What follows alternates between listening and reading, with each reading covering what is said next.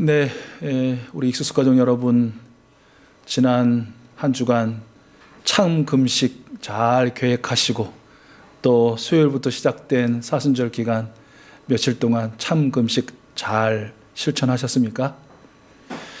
올해 사순절은 우리 성삼위 하나님께서 하지 말라고 하신 일을 기어이 했던, 기어코 해냈던 그 모든 일들에서 돌이켜서 하지 말라고 하신 것은 하지 않는 참 금식의 기간을 지내는 저희들이 되었으면 좋겠습니다. 특별히 하라고 하셨던 그 일들, 절대로 하지 않았던 또는 제대로 하지 않았던 그 모든 삶에서 돌이켜 적극적으로 한번 제대로 실천하는 그런 사순절이 되었으면 좋겠습니다. 여러분과 누가복음 16장 이하에 예수님께서 들려주신 한 가지 이야기를 기억하십니까? 한 마을에 부자가 한 명 있었죠. 그는 자색옷과 고운 베옷을 입었다고 했습니다. 그러니까 요즘 말로 하면 명품 옷을 늘 입었던 사람이에요. 아주 부한 사람이겠죠. 그리고 그는 날마다 호화로운 파티를 즐기면서 살았다고 그렇게 예수님께서 말씀하셨죠. 그런데 그 참으로 호화롭고 호사스러운 삶을 사는 그 부잣집 대문 앞에 누가 있었느냐? 거지가 있었다는 것이에요. 그 거지의 이름은 나사로라는 것이었죠. 그는 몸을 가누지 못할 정도로, 그래서 앉거나 서지 못하고 누워 있어야만 할 정도로 소위 영양실조 상태였다라는 것입니다. 그저 그 부자의 집에서 쓰레기로 버려지는 것이 있더라도 그 중에 뭔가 부스러기라도 찾아서 먹어야만 살 수 있을 정도로 그렇게 헐벗고 굶주린 상태라는 것이었죠. 영양실조라는 것이 다양한 어떤 증상을 발현시키는데 그 중에 그 피부병, 그 종기가 나고 또 부스럼이 나서, 그리고 또 더군다나 그것이 잘 상처가 아물지 않는 그런 질환을 겪었다는 것이고요. 그 지독한 상처를 누가 와서 핥아요? 들깨들이 와서 핥아도 그 들깨를 저리 가라고 쫓지 못할 정도로 그렇게 힘든 상황, 어려운 상황이었다라는 것입니다.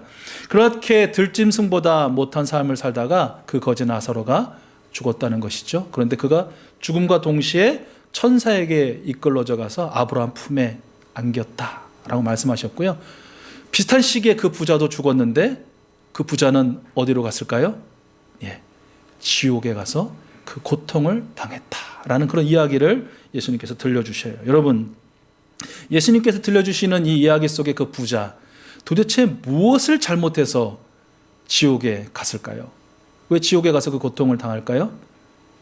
그것은 그 부자가 하나님께서 금지하신, 하지 말라고 한 금지 명령 무엇인가를 어겨서가 아닙니다. 그럼 무엇입니까? 하나님께서 하라 명하신, 하나님께서 실천을 명하신 그 말씀을 실천하지 않았기 때문에, 순종하지 않았기 때문이다라는 것이죠. 하나님의 백성이 되었으니 너는 가난한 자를 돌보라 라는 이 하나님의 말씀을 실천하지 않고 무관심과 태만으로 그렇게 무정하게 자신만을 위한 그런 삶을 살았기 때문이라는 것이에요. 여러분, 레위기 25장 35절 말씀입니다. 우리 화면을 보시고 함께 읽어보겠습니다. 시작. 너희 동족 가운데 아주 가난해서 도저히 자기 힘만으로는 살아갈 수 없는 사람이 너희의 곁에 살면 너희는 그를 돌보아 주어야 한다. 너희는 그를 나그네나 임시 거주자처럼 너희와 함께 살도록 하여야 한다. 이것이 하나님의 백성으로서 하나님께서 하라 명하신 귀한 실천 명령인 것이죠. 반드시 순종해야만 한다는 것입니다. 예수님의 동생이었던 야고보 사도는 이렇게 직접적으로 선포하는데요. 야고보서 4장 17절 말씀이에요. 여러분 화면을 보시고 역시 함께 읽겠습니다. 시작. 그러므로 사람들이 해야 할 선한 일이 무엇인지 알면서도 하지 않으면 그것은 그에게 죄가 됩니다 라고 말씀하셨다는 것이죠. 오늘 우리가 함께 봉독한 베드로전서 3장 본문 말씀을 통해서 주님께서도 우리에게 하라 명령하시죠. 굉장히 많은 목록들이 보입니다. 여러분 화면 한번 눈으로 보시죠. 8절 말씀에 보면 모두 한 마음을 품으라, 서로 동정하라, 서로 사랑하라, 자비로우며 겸손하라. 9절 말씀을 보면 악을 악으로 갚거나 모욕을 모욕으로 갚지 말고 복을 빌어주라. 10절과 12절 말씀은 시편 34편 12절 이하의 말씀을 인용한 것이거든요. 정리하면 내 혀로 악한 말을 하지 말며 내 입술로 거짓말을 하지 말라. 악한 일은 피하고 선한 일만 하여라. 평화를 찾기까지 있는 힘을 다하라 라는 그런 명령이고요. 14절 말씀을 보면 정의를 위하여 권한을 받아라. 하라 명령 굉장히 많죠. 여러분, 하나같이 실천하기 어려운 명령 아닙니까? 하나같이. 그럼에도 불구하고 우리는 왜 주님의 이 명령들에 순종해야 할까요? 왜 우리는 이 명령들에 순종해야 할까요? 여러분 한번 답해 보십시오. 하나같이 실천하기 어려운 이 하나 주님의 명령, 우리는 왜 그럼에도 불구하고 순종하고 실천해야 할까요? 그 이유가 뭘까요, 여러분?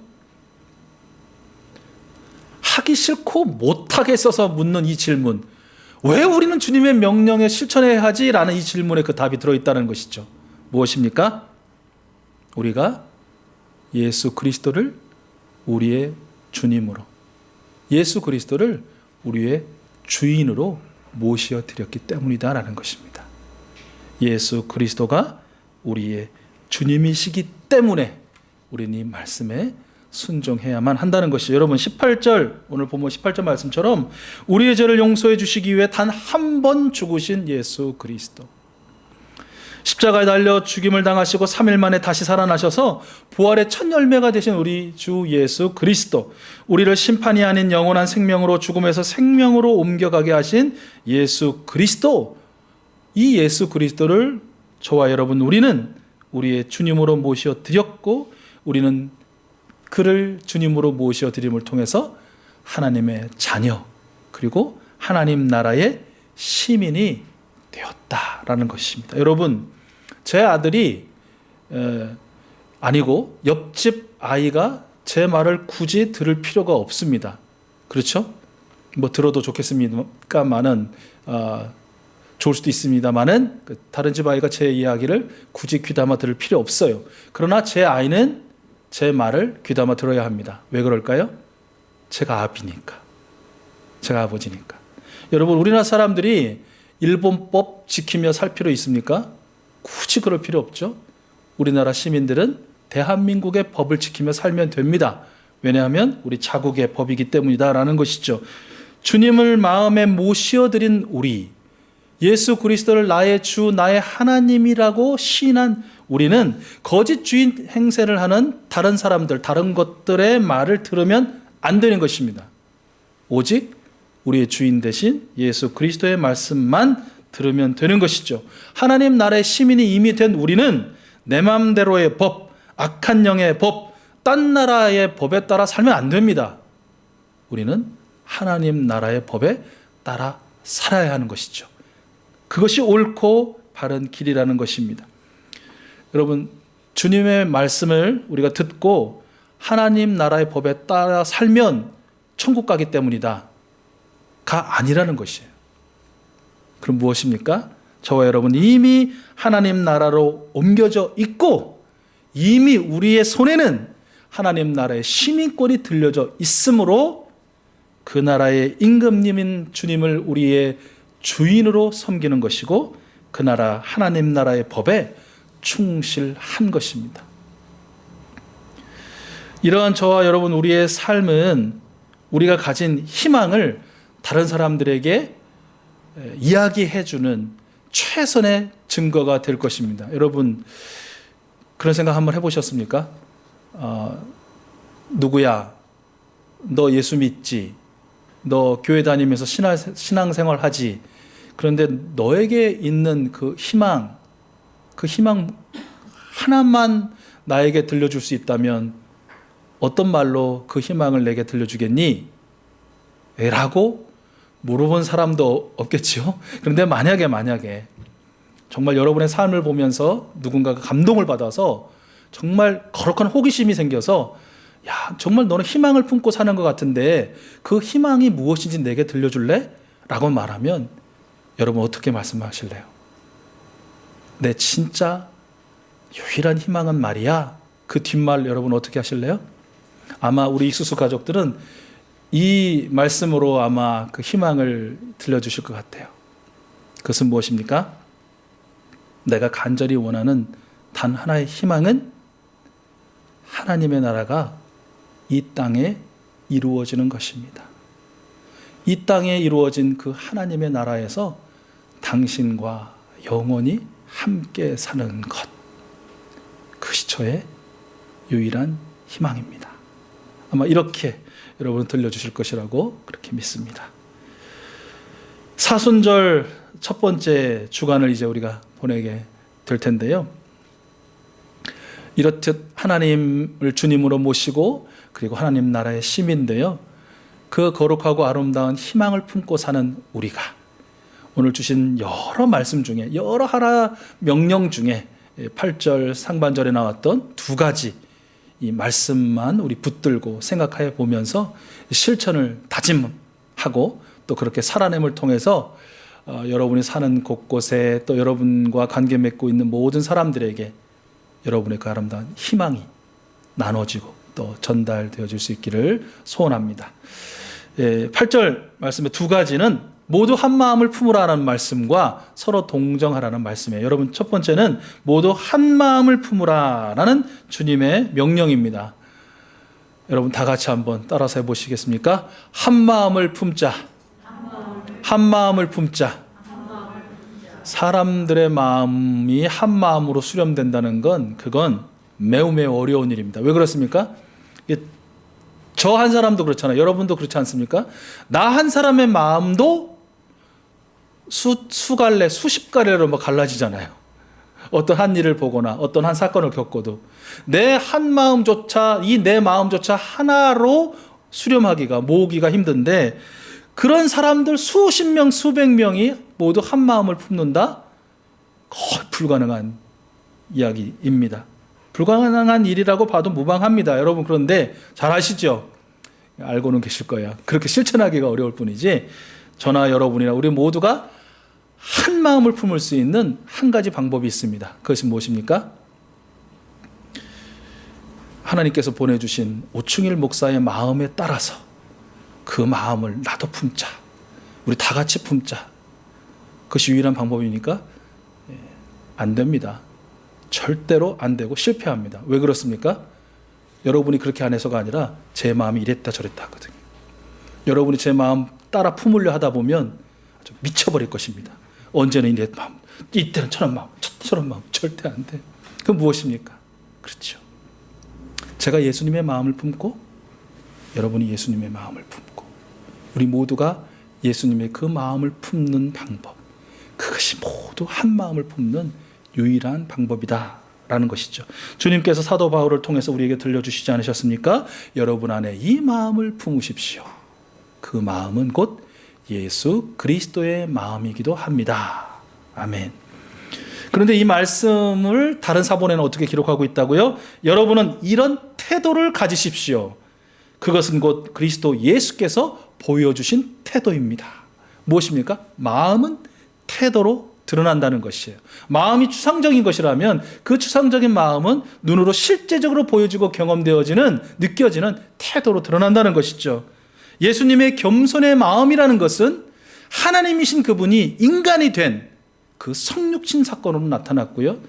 예수님의 순종의 마음이라는 것은 죽기까지, 십자가에 달려 돌아가시기까지 우리를 구원하시기 위해서 죽으신 그 죽음의 사건으로 드러났다라는 것이죠. 정리하면 오늘 하나님께서 이 한 주간 저와 여러분들이 실천하기를 원하셔서 강력하게 명령하시는 여러분이여 모두 한 마음을 품으십시오라는 이 명령은 곧 여러분 모두 예수 그리스도의 마음을 품으십시오라는 명령과 같다라는 것이고요. 그 마음을 품는다는 것은 무엇이냐?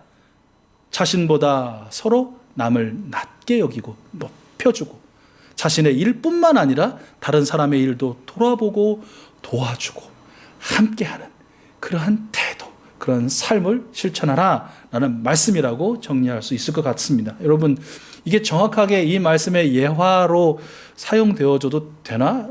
좀 약간 의문은 있지만 그래도 제 나름대로 이게 바로 어제 제가 겪은 이야기라서 좀 나눠드리려고 합니다. 뭐 소소한 이야기긴 한데 여러분 제가 어제 오랜만에 대중교통을 이용해서 교회에 왔습니다. 늘상 차를 타고 왔다 갔다 하다가 어제는 좀 그래도 조금 걸어보자 이래가지고 이제 일부러 걸으려고 대중교통을 타고 교회에 나왔는데요. 근데 교회에 나온 지 얼마 안 돼가지고 모르는 전화로 전화가 왔습니다. 전화를 받으니까 그쪽에서 들려오는 말씀이 뭐냐면 차를 빼달라는 것입니다.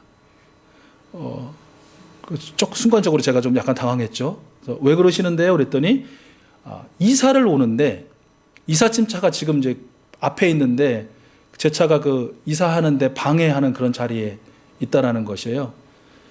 그래서 제가 오늘 이사 오시면 어제나 또는 그 전에 이사를 오신다고 전원을 해주시든지 아니면 뭐 어디에 이렇게 좀 붙여놓으시든지 해야 되는 거 아닌가요? 그렇게 여쭤봤습니다. 그랬더니 말씀하시기를 오늘 이사 오는 사람이 어떻게 미리 그것을 알려주거나 그것을 붙여놓습니까? 그러시는 거예요. 엥? 진짜 엥? 이런 생각이 그 말을 듣자마자 딱 떠오르는 거예요. 근데 약간 기가 차기도 하고 그래서 저도 이제 약간 이게 좀 제가 이렇게 늘 이렇게 순하고 온유하고 뭐 이래 보이지만 저도 이렇게 올라오는 게 있거든요. 근데 기가 차가지고 지금 제가 지금 가기가 굉장히 힘든 상황인데 어떻게 하죠? 그렇게 말씀을 드렸더니 이제 아주 조금 약간 그쪽 분도 흥분한 투로 지금 차를 옮겨주지 않으면 짐을 드릴 수 없는 그런 상황인데 꼭 좀 차를 옮겨줬으면 좋겠습니다라고 이렇게 말씀을 하시는 거예요. 그래서 제가 이제 일단은 알겠습니다라고 이제 전화를 끊었어요. 더 하면 조금 험한 판이 나올 것 같아가지고 끊었습니다. 전화를 끊고 여러분 첫 번째 제 마음 들었던 제 마음 어떤 마음이었을까요? 아니 미리 알리지 않은 게 당신 잘못이지. 내가 당신이 오늘 이사 오는지 안 오는지 내가 어떻게 알아서 차를 미리 안전한 대로 불편을 끼치지 않은 대로 옮겨놓을 수가 있어. 그럼 분명히 당신 잘못이고 잘못했으면 어떻게 해야 돼? 미리 알려서 죄송합니다. 지금 굉장히 급합니다. 그러니 좀 제발 차 좀 옮겨주시면 제발이란 말까지 안 넣어도 되지만 옮겨주시면 감사하겠습니다. 이렇게 나와야 되는 거 아니야? 참 기가 차네. 안 해. 나 못해. 골탕 좀 먹어봐라. 이게 저의 마음이에요. 제 곁에 있는 분도 흥분해서 거의 저하고 같은 마음이셨던 것 같아요. 반응이. 근데 여러분 아시죠? 그 마음 뒤에 바로 이어지는 두 번째 마음 어떤 마음이었을까요? 네, 여러분이 생각하시는 바로 그 마음이에요. 그래도 내가 그리스도인인데 더군다나 나는 어떤 직책을 갖고 있어요? 목사인데 교회를 나오는 사람도 다 교회를 떠나는 마당에 그 중에 가장 큰 이유 중에 하나가 목사의 언행 불일치 때문이라는데 라는 마음이 확 드는 거예요. 그리고 잠시 제가 이제 호흡을 가다듬고 이제 그분께 전화를 드렸습니다. 전화를 드려서 제가 지금 갈 수 있는 상황이 못 됩니다. 그러니 이렇게 해 주십시오. 어떻게 해요? 저희 집이 몇 호입니다. 올라가 주세요. 전화 끊지 마시고. 저희 집 현관번호가 이겁니다. 누르세요. 눌렀습니다. 들어가셨죠? 들어가자마자 오른쪽에 피아노 있는데 피아노 위에 차키가 있습니다. 보셨나요? 보셨대요. 자, 그러면 그걸 가지고 차를 좀 편안한 데로 옮겨주시고 차키는 그냥 그 안에 두시면 되겠습니다. 그렇게 말씀을 드렸습니다. 여러분, 제가 이렇게 설명하는 동안 그 상대방 분 어떻게 반응하셨을까요? 네. 첫 통화하고는 완전히 다른 톤이에요. 집으로 올라가세요 그랬더니 제가 그렇게 해도 되나요? 번호 이겁니다. 누르세요. 이렇게 해도 되나요? 제가 이러기가 처음인데 남의 집에 이렇게 들어가기가 처음인데 또 보셨나요? 예, 봤습니다. 검은색 키가 보이는군요. 예. 그러면 제가 안전하게 다 뽑아놓고 너무너무 죄송하고 너무너무 감사합니다. 제가 그런 말 들으려고 한 건 아닙니다. 아니지 않겠습니까? 그래요, 여러분. 제가 이제 저녁에 들어가면서 그분을 뵈면 이제 이사 잘 하셨냐고 아까 통화한 사람이라고 인사를 하려고 했는데 못 만났습니다. 그리고 이제 아침에 제가 이렇게 나왔는데 여러분, 제 마음의 변화라는 거 있잖아요. 제가 가진 첫 번째 마음. 그런 저나 여러분 정말 사람이라면 그러니까 일반인이라면 누구나 갖는 그런 마음 아닙니까? 안 해 못해. 네가 그렇게 나와? 내가 왜 너가 그렇게 나오는 데에서 내가 손해봐야 돼? 내가 왜 낮아져야 돼? 내가 오히려 더 빌어야 돼? 그거 우리의 마음이죠. 사람의 마음이에요. 그런데 여러분, 두 번째 마음 있죠? 그래도 그리스도인인데 내가 라는 그런 마음. 그 마음은 누가 주셨을까요? 우리의 마음일까요? 그게 그 변화가 우리의 의지일까요? 저는 아니라고 생각해요. 저와 여러분 안에 이미 우리를 아들 삼으시고 딸 삼으셔서 우리 안에 들어와 사시는 예수 그리스도께서 우리의 마음을 그렇게 만져주시고 그렇게 변화시켜 주셨다고 믿습니다. 우리가 이런 마음은요, 우리가 정말 가지려고 애를 쓰지 않아도 우리 주님이 역사하실 것입니다. 우리 마음을 늘 만져주실 것이고 내 마음대로, 네 마음대로, 누구의 마음대로 해서 예수님의 마음으로 그리고 그런 태도로 살아갈 수 있도록 예수님이 한 주간 도우시고 말씀해 주시고 붙들어 주시고 인도해 주실 텐데 그 인도하심에 철저히 순종하는 저와 여러분들 될 수 있기를 축복합니다. 이게 두 번째는 서로 동정하라는 주님의 명령입니다. 여러분, 동정하다. 이 동정한다는 말씀은요, 함께 고통을 받는다라는 그런 원어적인 의미가 있어요. 함께 고통을 받는다. 그런데 이 원어적인 의미도 굉장히 우리에게 확 다가오지만 동정하다라는 우리말 풀이도 더 확실하게 돌아옵니다. 어떤 말로 풀이되어 있냐면 남의 어려운 처지를 자기 일처럼 딱하고 가엾게 여기다. 근데 여기는 것이 끝나는 것이 아니고요. 두 번째 뜻에 보면 남의 어려운 사정을 이해하고 정신적으로나 물질적으로 도움을 베풀다. 예, 여기고 베풀다라고 이렇게 정의가 되어 있더라고요. 사실 다른 사람의 고통을 나의 고통으로 여긴다는 것, 이거 역시 쉬운 일이 아니죠, 여러분. 일심동체라고 하는 부부 어떻습니까? 남편의 아픔을 아내가 아내의 아픔을 남편이 그렇게 자신의 아픔으로 똑같이 느낄 수 있습니까? 물론 느끼는 부부도 아마 있을 것이고 우리 익수수 가족들 부부들 많이 계실 것 같은데 안 그렇죠. 그래서 여러분 이런 일로 서운하지 않아요? 내가 얼마나 아픈데 툭툭 그냥 찌르는 말이나 던지는 남편, 저거 정말 남의 편이구나. 여러분 그런 생각 드시지 않으세요? 뭐 역할을 반대로 해놔도 그렇고요. 아마도 어떤 누구의 고통을 그대로 내 고통, 그보다 더한 고통으로 느끼는 건 아마 자식이 당하는 고통을 바라보는 부모가 느끼는 그런 고통 정도가 유일하지 않을까. 그 반대의 경우는 없어도 말입니다. 그래서 우리가 본래 이러한 존재이기 때문에 어떤 한 사람의 아픔과 고통을 나도 똑같이 느끼기 위해서 앞에서 말씀드린 예수님의 마음을 우리 모두가 품어야 한다라는 것이죠. 그럴 때에만 이 동정하는 일도 가능하게 되더라라는 것이에요. 여기고 베푸는 이 동정하는 모습. 근데 사실 이것은 우리 익수수 가족들에게서 아주 빈번하게 제가 발견할 수 있는 모습이기도 합니다. 피를 토하는 심정으로 부르짖는 이 낮은 사람들의 외침의 자리에 기꺼이 동참해서 그 매서운 칼바람 함께 맞고 그들의 얼어버린 손을 함께 붙들고 그들의 외침에 함께 목소리를 얻는 귀한 그런 모습들 제가 봅니다. 그저 이름도 없이 빛도 없이 다른 이의 찬거리를 챙겨주고 그를 축복하는 그런 모습을 제가 봅니다. 무엇보다도 사람이 되셔서 사람의 고통이 무엇인지를 직접 겪으셨기에 우리의 모든 고통을 다 아시는 예수님의 은혜의 보좌 앞에 담대히 나아가셔서 그 한 영혼의 치유와 구원과 회복과 충만한 복을 위하여 간절히 중보하시는 그 모습을 통해서 제가 봅니다.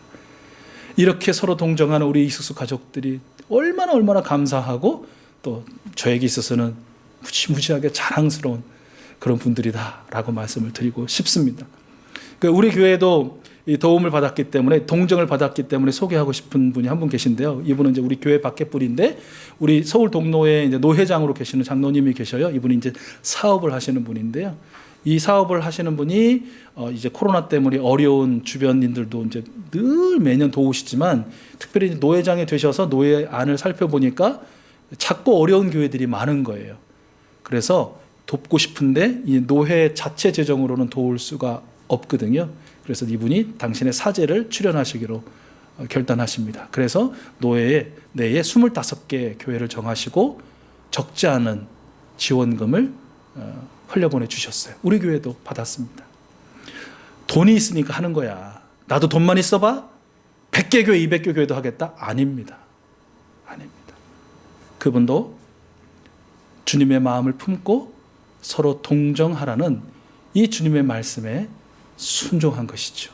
그런 순종의 삶을 산 것이다 라는 것입니다. 여러분, 말씀을 좀 정리하고 마무리하려고 합니다.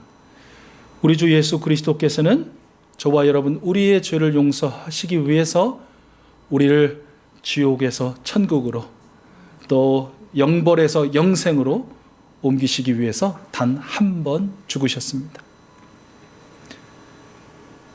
예수 그리스도께서는 죽으시고 육신으로는 죽임을 당하셨지만 말씀하신 대로 3일 만에 다시 살아나셔서 부활의 첫 열매가 되셨고 우리에게도 부활의 소망을 주셨습니다.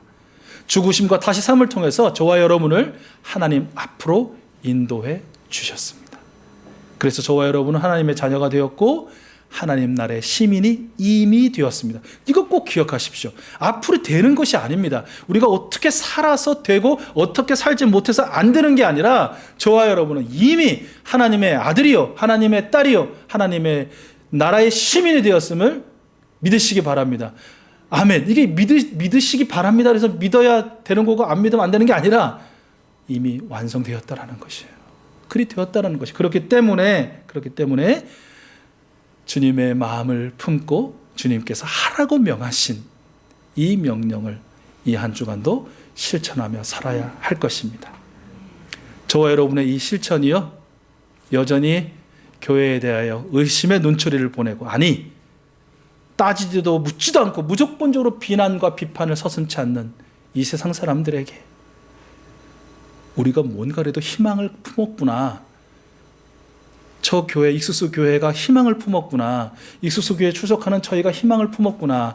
저들의 희망이라는 것은 저들만 잘 먹고 잘 살고 똘똘 뭉쳐서 서로 사랑하다가 다 그냥 그들만 천국 가는 것이 아니고 하나님의 나라가 이 땅에 이루어진 그 하나님의 나라에서 나 또한 함께 살기를 원하는 그 아름다운 희망이구나 라는 것을 깨닫게 되는 아주 멋지고 능력 있는 증거가 될 것입니다. 이 증거와 증언의 주인공들이 여러분 모두가 될 수 있기를 소원합니다. 아멘.